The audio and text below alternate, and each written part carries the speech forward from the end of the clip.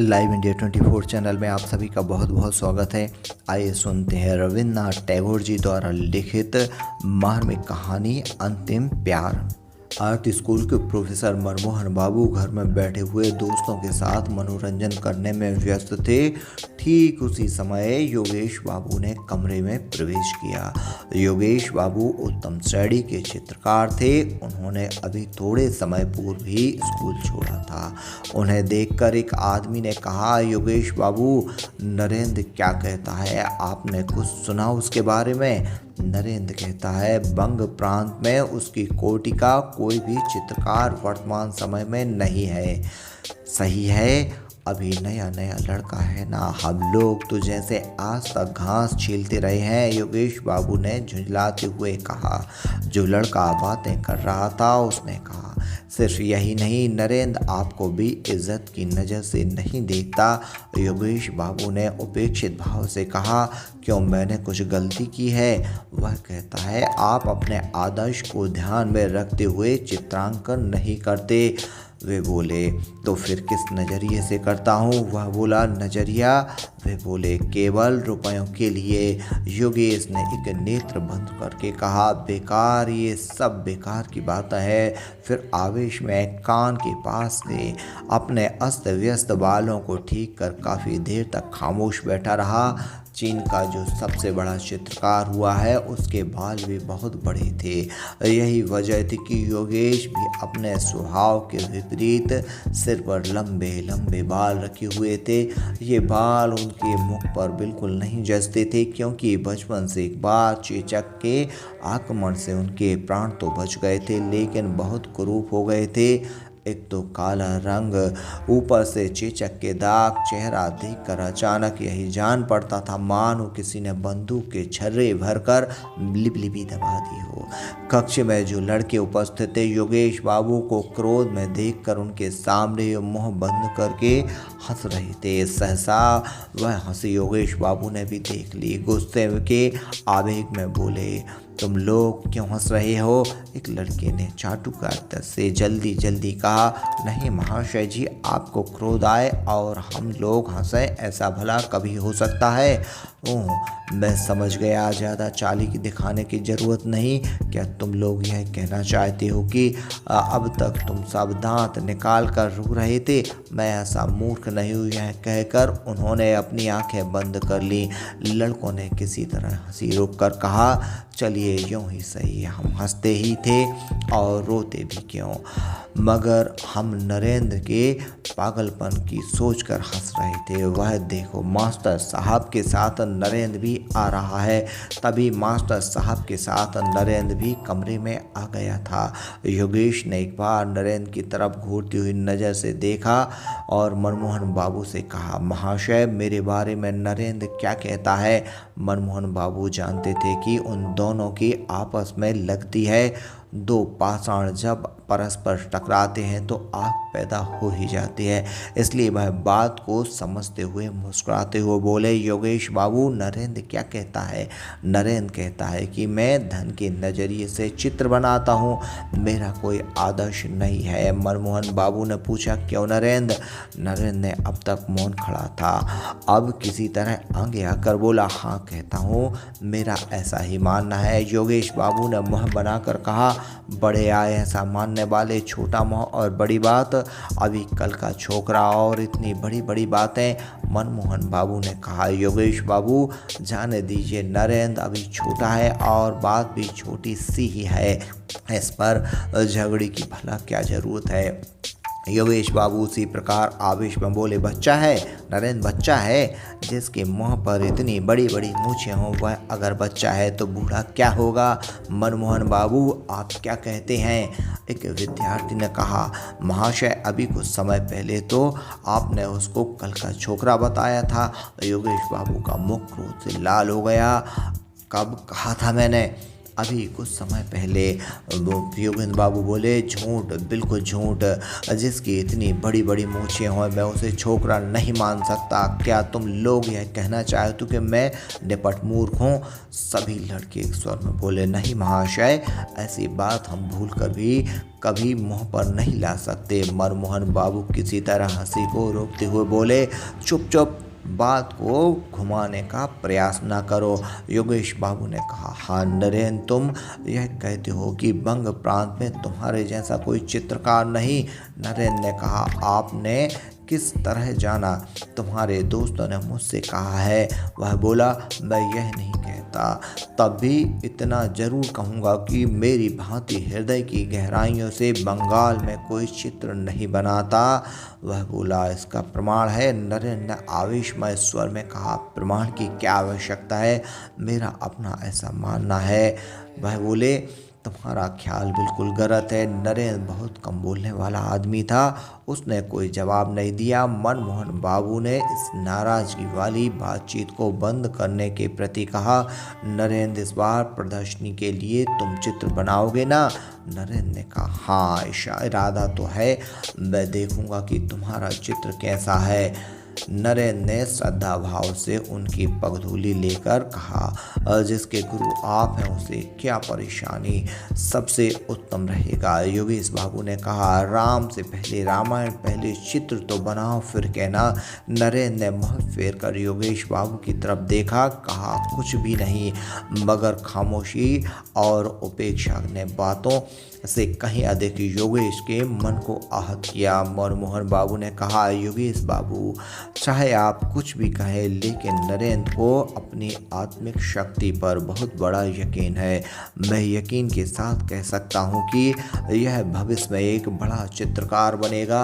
नरेंद्र धीरे धीरे कक्ष के बाहर चला गया। एक विद्यार्थी ने कहा, प्रोफेसर साहब, नरेंद्र में किसी हद तक विक्षिप्तता की झलक दिखाई देती है।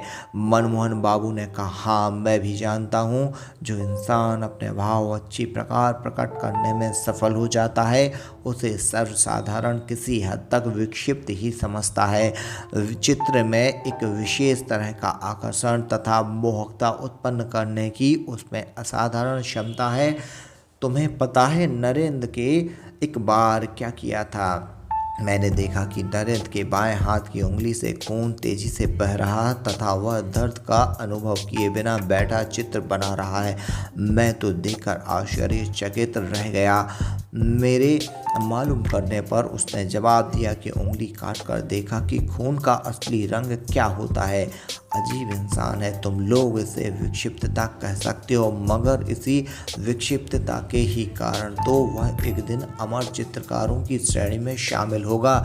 योगेश बाबू आंखें मूंद कर सोचने लगे, जैसे गुरु वैसे चेला, दोनों के दोनों हर दर्जे के बेवकूफ़ हैं। नरेंद्र सोचते सोचते घर की तरफ चला। मार्ग में काफ़ी भीड़ भाड़ थी, कितनी ही गाड़ियां चली जा रही थी, मगर इन बातों की ओर उसका ध्यान नहीं था। उसे क्या फिक्र थी? संभवतः इससे भी वह अनजान था। वह कुछ समय के अंदर ही बहुत बड़ा चित्रकार हो गया था। बहुत कम समय में ही वह उतना मशहूर तथा सप्रिय हो गया था। उसके ईर्ष्यालु मित्रों को उसकी ख्याति अच्छी न लगी। इन्हीं ईर्ष्यालु मित्रों में योगेश बाबू भी थे। नरेंद्र में एक खास योग्यता और उसकी तूलिका में एक असाधारण शक्ति है। योगेश बाबू इसे दिल ही दिल में खूब समझते थे, लेकिन ऊपर से उसे मानने के लिए तैयार न थे। इस थोड़े वक्त में ही उसका इतनी प्रसिद्धि हासिल करने का एक खास कारण भी था। नरेंद्र जिस चित्र को भी बनाता था अपनी सारी योग्यता उसमें लगा देता था। उसकी नज़र सिर्फ चित्र पर रहती थी, पैसों की ओर भूलकर भी उसका ध्यान नहीं जाता था। उसके मन की ये महत्वाकांक्षा थी कि चित्र बहुत ही सुंदर बने, उसमें अपने ढंग की खास विलक्षण हो। मूल्य चाहे कम मिले या अधिक, वह अपने विचारों और भावनाओं की मधुर रूपरेखाएं अपने चित्र में देखता था। जिस वक्त चित्र बनाने बैठता तो चारों तरफ फैली हुई असीम प्रकृति और उसकी सारी रूपरेखाएं हृदय पटल पर अंकित कर लेता था। इतना ही नहीं, वह अपने वजूद से भी विस्मृत हो जाता। वह उस वक्त पागलों की माने दिखाई पड़ता और अपने प्राण तक निछावर कर देने से भी उस वक्त संभवतः उसको कोई हिचक न होती। यह हालत उस वक्त की एकाग्रता की होती। हकीकत में इसी कारण उसे यह सम्मान प्राप्त हुआ। उसके स्वभाव में सादगी थी, वह तो बात सादगी से करता। उसे अभिमान तथा प्रदर्शन से लदी हुई समझते। उसके सामने तो कोई कुछ ना कहता, मगर पीठ पीछे लोग उसकी बुराई करने से न चूकते। सब के सब नरेंद्र को संज्ञाहीन सा पाते। वह किसी बात को कान लगा कर ना सुनता। कोई पूछता कुछ तथा जवाब देता कुछ और। वह हमेशा ऐसा मालूम होता जैसे उसे स्वप्न देखते देखते जगा दिया हो। उसने विवाह किया और एक लड़का भी उत्पन्न हुआ। पत्नी बहुत सुंदर थी। नरेंद्र को गृहस्थ जीवन में विशेष आकर्षण न था, तब भी उसका हृदय प्रेम का विशाल भंडार था। उसे हर समय यही धुन लगी रहती कि वह चित्रकला में प्रसिद्धि हासिल करे। यही कारण था कि लोग उसे पागल समझते थे। किसी हल्की वस्तु को यदि जबरदस्ती पानी में डुबो तो वह किसी तरह भी न डूबेगी, वरन ऊपर ही तैरती रहेगी। ठीक यही दशा उन लोगों की होती है जो अपने धुन के पक्के होते हैं। वे दुनियादारी के सुख दुख में किसी तरह डूबना नहीं जानते। उनका मन हर वक्त काम की पूर्ति में निमग्न रहता है। नरेंद्र सोचते सोचते अपने घर के मकान के सामने आ खड़ा हुआ। उसने देखा कि दरवाजे के पास उसका 4 वर्ष का बच्चा मुंह में उंगली डाले किसी गहरी चिंता में डूबा है। पिता को देखते ही बच्चा दौड़ता हुआ आया तथा दोनों हाथों से नरेंद्र को पकड़कर बोला, बाबूजी। नरेंद्र बोला, क्या बात है बेटा? बच्चे ने पिता का हाथ पकड़ लिया तथा खींचते हुए कहा, बाबूजी देखो, हमने एक मेंढक को मारा है जो लंगड़ा हो गया है। नरेंद्र ने कहा, वह घर नहीं जा सकता, लंगड़ा हो गया है, कैसे जाएगा? चलो उसे गोद में उठाकर उसके घर पहुंचा दो। नरेंद्र ने बच्चे को गोद में उठा लिया तथा हंसते हंसते घर ले आए। एक दिन नरेंद्र को याद आए कि इस बार की प्रदर्शनी में जैसे भी हो अपना एक चित्र जरूर भेजना चाहिए। कक्ष की दीवार पर उसके हाथ के कितने ही चित्र लगे हुए थे, कहीं प्रकृति की छटा, कहीं मानव का शरीर की रूपरेखा, कहीं सोने की तरह सरसों के खेत की हरियाली, जंगली मनमोहक दृश्यावली तथा कहीं वे रास्ते जो छाया वाले वृक्षों के नीचे से आड़े तिरछे होकर नदी के पास जा मिलते थे। धुएं की तरह गगनचुंबी पहाड़ों की पंक्तियां तो तेज धूप में झुलसी जा रही थी और सैकड़ों पथिक धूप से बेचैन होकर छायादार वृक्षों के समूह के शरणार्थी थे। ऐसे कितने ही दृश्य थे। दूसरी तरफ अनेकों पक्षियों के चित्र थे। उन सब के मनोभाव उनके मुखों से प्रकट हो रहे थे। कोई क्रोध से भरा हुआ, कोई मुसीबत की हालत में तो कोई प्रसन्न मुद्रा में।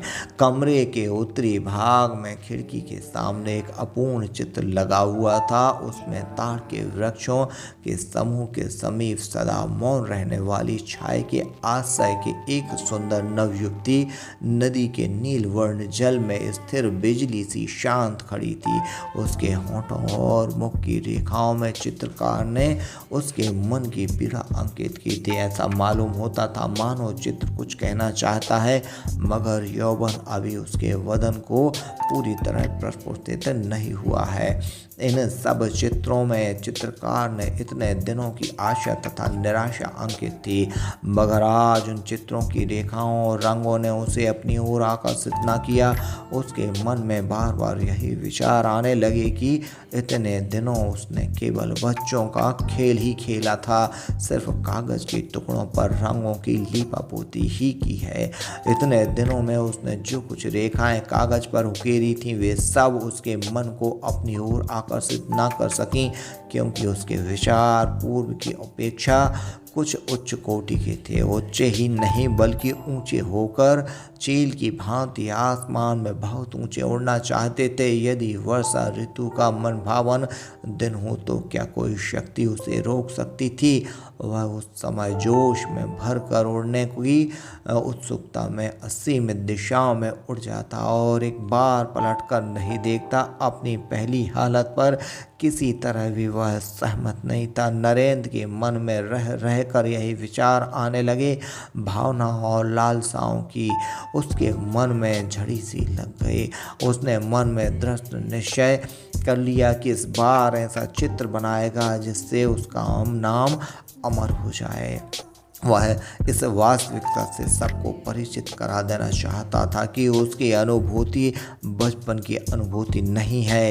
नज़दीक पड़ी मेज पर सिर रखकर नरेंद्र विचारों का ताना बाना बुनने लगा। वह कैसा बनाएगा, किस विषय पर बनाएगा। मन पर आघात होने से असाधारण तथा असर जरूर पड़ता है। भावनाओं के कितने ही पूर्ण और अपूर्ण चित्र उसकी नज़रों के सामने से चलचित्र की मानंद चले गए, लेकिन किसी ने भी क्षण भर के लिए उसके ध्यान को अपनी ओर आकर्षित न किया।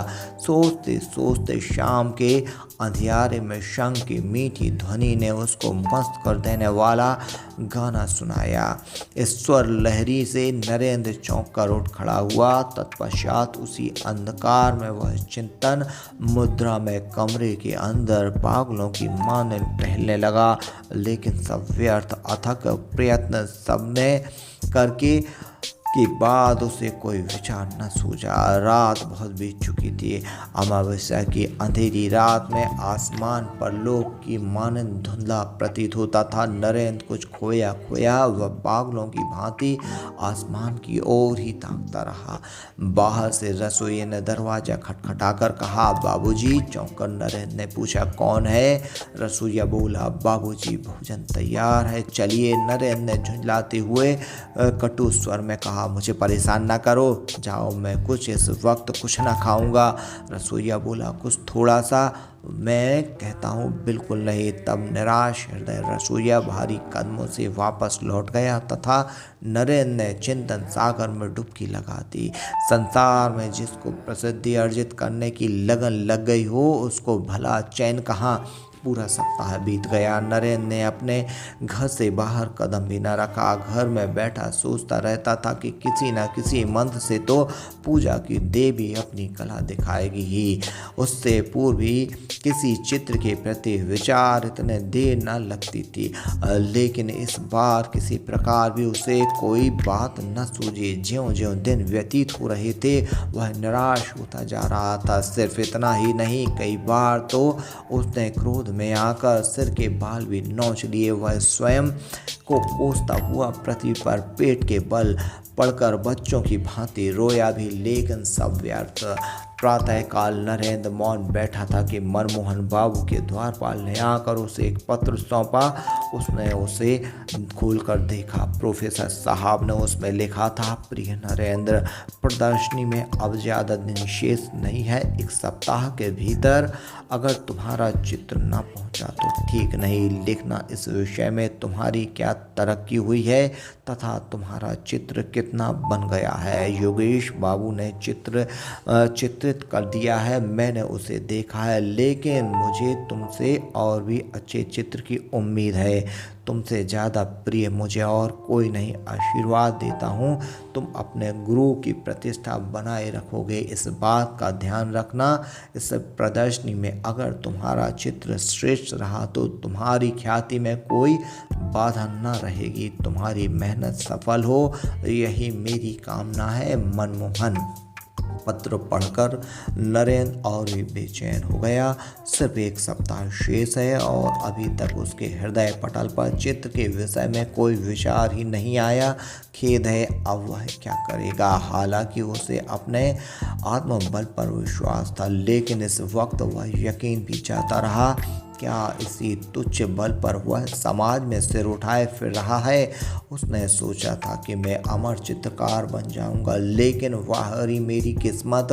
अपनी अयोग्यता पर नरेंद्र की आंखें आंसुओं से नम हो गईं और रोगी की रात जैसे जागते और करवटें बदलते बीतती है, उसकी वह रात वैसे ही व्यतीत हुई। नरेंद्र को इसका तनिक भी आभास न हुआ। उधर वह कई दिनों से अपनी कार्यशाला में ही सोया था। नरेंद्र के मुख पर जागरण के स्पष्ट चिन्ह परिलक्षित थे। उसकी पत्नी दौड़ी दौड़ी आई तथा शीघ्रता से उसका हाथ पकड़कर बोली, अजी बच्चे को न जाने क्या हो गया है, जरा आकर देखो तो। नरेंद्र ने पूछा, क्या हुआ? उसकी पत्नी लीला हाँफते हाँफते हुए बोली, शायद हैजा। इस तरह पाषाणवत खड़ी ना रहो, बच्चा नीम बेहोशी की हालत में है। बहुत ही अनजाने मन से नरेंद्र ने शयन कक्ष में प्रवेश किया। बच्चा बिस्तर पर पड़ा था। पलंग के चारों तरफ उसे भयानक औरों के चिन्ह परिलक्षित हो रहे थे। बच्चे की त्वचा की लालिमा घड़ी से ही पीली हो गई थी। एकदम देखने से यही मालूम होता था जैसे बच्चा जीवित नहीं है, सिर्फ उसके वक्ष के समीप कोई वस्तु धड़क रही है और इस क्रिया से ही जिंदगी कुछ चिन्ह दृष्टिगोचर होते थे। वह बच्चे के सिरहाने पहुंचकर सिर झुकाकर खड़ा हो गया। उसकी पत्नी लीना ने कहा, इस प्रकार खड़े ना रहो, जाओ जल्दी से डॉक्टर को बुला लाओ। माँ की आवाज़ सुनकर बच्चे ने अपनी आंखें मली और भर्राई हुई आवाज़ में बोला, माँ ओ माँ, मेरे लाल, मेरी पूंजी क्या कह रहा है। कहते कहते लीला ने अपने दोनों हाथों से बच्चे को अपनी गोद में उठा लिया। माँ के गोद में सिर रखकर बच्चा फिर तेज होकर पड़ रहा। नरेंद्र के नेत्र भी सजल हो गए। वह बच्चे की तरफ एकटक निहार रहा था। लीला ने उसकी ओर देखते हुए प्रश्नवाचक स्वर में कहा, तुम अभी तक डॉक्टर को बुलाने नहीं गए? नरेंद्र ने घुटे स्वर में कहा, है डॉक्टर। पति के अस्वाभाविक स्वर को सुनकर लीला ने आश्चर्य से कहा, क्या? वो बोला, कुछ नहीं, जाओ शीघ्र से डॉक्टर को बुला लाओ। नरेंद्र बोला, हाँ अभी जाता हूँ। नरेंद्र अचकचाता हुआ मकान से बाहर निकला। कमरे का दरवाजा बंद हुआ। लीला ने आश्चर्यचकित होकर सुना कि उसके पति ने बाहर से दरवाजे की जंजीर खींच ली और वह सोचती रही आखिर उन्होंने ऐसा क्यों किया। नरेंद्र अपनी चित्रशाला में प्रविष्ट होकर एक कुर्सी पर बैठ गया। अपने दोनों हाथों से मुंह ढककर वह सोचने लगा। उसकी हालत देखकर ऐसा भान होता था कि वह किसी तीव्र आत्मिक पीड़ा से ग्रसित है। चारों ओर गहरे सूनेपन का साम्राज्य था। सिर्फ दीवार पर लगी हुई अविराम गति से टिक टिक कर रही थी और नरेंद्र के सीने के अंदर उसका मन मानो उत्तर देता हुआ कह रहा था, धक धक धक धक। संभवतः उसके भयंकर संकल्पों से परिचित होकर घड़ी और उसके मन परस्पर सरगोशी करने रहे थे। सहसा नरेंद्र उठ खड़ा हुआ। संज्ञानहीन हालत में कहने लगा, क्या करूं? ऐसा आदर्श फिर ना मिलेगा, लेकिन वह तो मेरा पुत्र है। वह कहते कहते रुक गया, मौन होकर सोचने लगा। अनायास घर के भीतर से सनसनाते हुए बाण की मानंद हाय की हृदय वेदी आवाज उसके कानों में टकराई, मेरे लाल तू कहाँ गया? जिस तरह प्रत्यंचा टूट जाने से कमान सीधी हो जाती है, फिक्र और बेचैनी के आलम में नरेंद्र ठीक उसी प्रकार सीधा खड़ा हो गया। उसके मुख पर लालिमा का चिन्ह तक विद्यमान न था। फिर कान लगाकर उसने वह आवाज़ सुनी। वह समझ गया कि बच्चा चल बसा है। मन ही मन कहा, परमात्मा तुम ही गवाह हो, मेरी कोई भूल नहीं। तत्पश्चात वह अपने सिर के बालों को मुट्ठी में जकड़कर सोचने लगा। जैसे कुछ समय पश्चात ही मनुष्य निंद्रा से चौंक कर उठता है, उसी तरह वह जल्दी जल्दी मेज पर से कागज, तूलिका तथा रंग आदि लेकर चित्रशाला से बाहर निकल आया। शयन कक्ष के सामने एक खिड़की के समीप पहुंचकर वह अचकचाकर खड़ा हो गया। कुछ सुनाई देता है क्या? नहीं, सब शांत है। उस खिड़की के सामने का आंतरिक भाग दिखाई पड़ रहा था। झांककर आशंका में थर थर कांपते हुए उसने देखा तो उसके सारे बदन में कांटे से चुभने लगे। बिस्तर उलट पलट हो रहा था। पुत्र से खाली गोद लिए माँ वहीं पड़ी तड़प रही थी। देखती कमरे में प्रतिपल लौटते हुए बच्चे के मृत शरीर को दोनों हाथों से वक्षस्थल के साथ चिपकाए, बाल बिखरे, नेत्र विस्फारित किए बच्चे के निर्जीव होंठों को वह बार बार चूमे जा रही थी। नरेंद्र की दोनों आंखों में जैसे किसी ने 2 सलाखें घुसेड़ दी हों।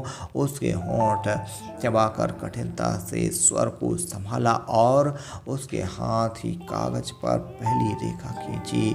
उसके सामने कमरे के अंदर वही भयावह दृश्य उपस्थित था। संभवतः दुनिया के किसी अन्य चित्रकार ने ऐसा दृश्य सम्मुख रखकर अपनी तूलिका उठाने की हिम्मत ना जुटाई होगी। देखने में नरेंद्र के शरीर में कोई गति न थी, लेकिन उसके मन की तड़प को भला कौन जान सकता था, उसे कौन समझ सकता है। वह तो उस बच्चे का पिता था। नरेंद्र जल्दी जल्दी चित्र बनाने लगा। जीवन में चित्र बनाने में इतनी शीघ्रता उसने कभी न दिखाई थी। उसकी उंगलियां किसी अज्ञात शक्ति से अपूर्व ताकत अर्जित कर चुकी थी। रूपरेखा बनाते हुए उसने सुना, बेटा ओ बेटा, बातें करो जरा, एक बार तुम मेरी ओर निहारो। नरेंद्र ने अस्फुट स्वर से कहा, उफ, यह असहनीय है, और उसके हाथ से तूलिका छिटक कर धरती पर गिर पड़ी। लेकिन वह फिर से तूलिका उठाकर पुनः चित्र बनाने में जुट गया। रह रहकर लीला का करुण क्रंदन कानों में पहुंचकर मन को विचलित करता और रक्त की गति को धीमी करता, और उसके होंठ स्थिर होकर उसकी तूलिका की गति को विराम दे देते। इसी तरह पल बदल पल बीतने लगे। मुख्य द्वार के अंदर जाने के लिए नौकरों ने शोर मचाना शुरू कर दिया था, लेकिन नरेंद्र मानो उस समय विश्व और विश्वव्यापी शोरगुल से बहरा हो चुका था। वह उस शोरगुल को न सुन सका। इस वक्त वह एक बार कमरे की ओर देखता और एक बार अपने चित्र की तरफ, फिर रंग में तूलिका डुबोता और उसे कागज पर चढ़ा देता। वह पिता था, लेकिन कमरे के अंदर पत्नी के मन से लिपटे हुए मृत बच्चे की याद भी वह धीरे धीरे बिसरता जा रहा था। उसकी पत्नी लीला ने उसे ऐसा करते देख लिया। दौड़ती हुई वह खिड़की के पास आकर दुखित स्वर में बोली, क्या आपने डॉक्टर को बुलाया? जरा एक बार आकर देख तो लेते कि मेरा बच्चा जीवित है या नहीं। यही क्या तुम चित्रकार कला में जुटे हुए हो? नरेंद्र ने चौंक कर लीला की ओर देखा। वह लड़खड़ाकर धरती पर गिर पड़ा। बाहर से द्वार खटखटाने तथा बार बार चिल्लाने पर भी जब द्वार न खुले तो रसोइया तथा नौकर दोनों मन ही मन भयभीत हो गए। वे अपना काम पूरा करके प्रायः संध्या समय घर चले जाते थे और प्रातःकाल अपने काम पर आ जाते थे। नित्य ही लीला नरेंद्र दोनों में से कोई न कोई द्वार खोल देता था। आज चिल्लाने और खटखटाने पर भी द्वार न खुला। इधर रह रहकर लीला ही रोने की आवाज़ भी कानों में टकरा रही थी। और लोगों ने मोहल्ले के कुछ व्यक्तियों को इकट्ठा किया। अंत में सबने सलाह मशवरा करके द्वार को तोड़ डाला। सब आश्चर्यचकित होकर घर में प्रविष्ट हुए। जीने से चढ़कर देखा कि दीवार का सहारा लिए दोनों हाथ जांघों पर रखे नरेंद्र सिर झुकाए हुए बैठा है। उनके कदमों की आहट से नरेंद्र ने चौंक कर मुँह उठाया। उसकी आंखें खून की मानंद लाल थीं। थोड़ी देर बाद वह उठकर हंसने लगा और सामने लगे चित्र की तरफ उंगली दिखाकर बोल उठा, डॉक्टर डॉक्टर, मैं अमर हो गया। दिन व्यतीत होते गए। प्रदर्शनी की शुरुआत हो गई। उस प्रदर्शनी में देखने को कितनी ही चीज़ें थी, लेकिन दर्शक एक ही चित्र पर झुके पड़े थे। चित्र छोटा था और अधूरा भी। उसका शीर्षक था अंतिम प्यार। उस चित्र में एक माँ बच्चे का मृत शरीर हृदय से लगाए अपने दिल के टुकड़े के चांद से मुँह को बार बार चूम रही थी। शोक और परेशानी माँ के मुख, नेत्र और शरीर पर चित्रकार की तूलिका ने एक ऐसा सूक्ष्म तथा दर्दनाक चित्र चित्रित किया कि जो देखता उसकी आंखों से बरबस आंसू लुढ़कने लगते। चित्र की रेखाओं में इतनी अधिक सूक्ष्मता से दर्द भरा जा रहा सकता है, यह बात इससे पहले किसी के ध्यान में न आई थी। इस भीड़ में कितने ही चित्रकार थे। उनमें से एक ने कहा, देखिए योगेश बाबू, आप क्या कहते हैं? योगेश बाबू उस वक्त मौन धारण किए हुए चित्र की तरफ देख रहे थे। सहसा सवाल सुनकर एक आंख बंद करके बोले, अगर मुझे पहले से मालूम होता तो मैं नरेंद्र को अपना गुरु बना लेता।